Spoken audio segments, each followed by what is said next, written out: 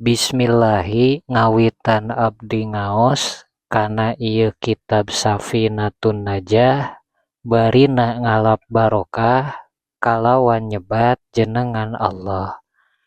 Sifatna Allah Ar-Rahmani anu maparin nikmat ageung ieu Allah di dunya sareng di akhirat.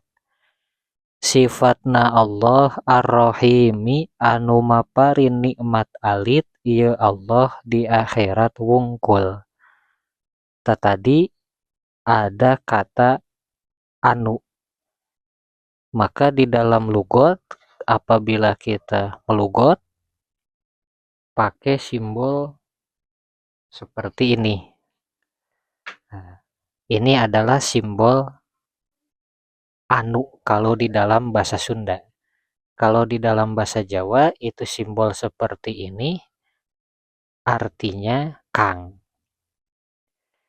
Bismillahi ngawiti ingsun ing ngaji kitab Safinatun Najah hale ngalap barokah kalawan nyebut asmane Allah. Sifate Allah Ar-Rahmani Kang maparin nikmat gede iku Allah ing dalam dunia lan akhirat. Sifate Allah Ar-Rahimi Kang maparin nikmat cilik iku Allah ing dalam akhirat beloko.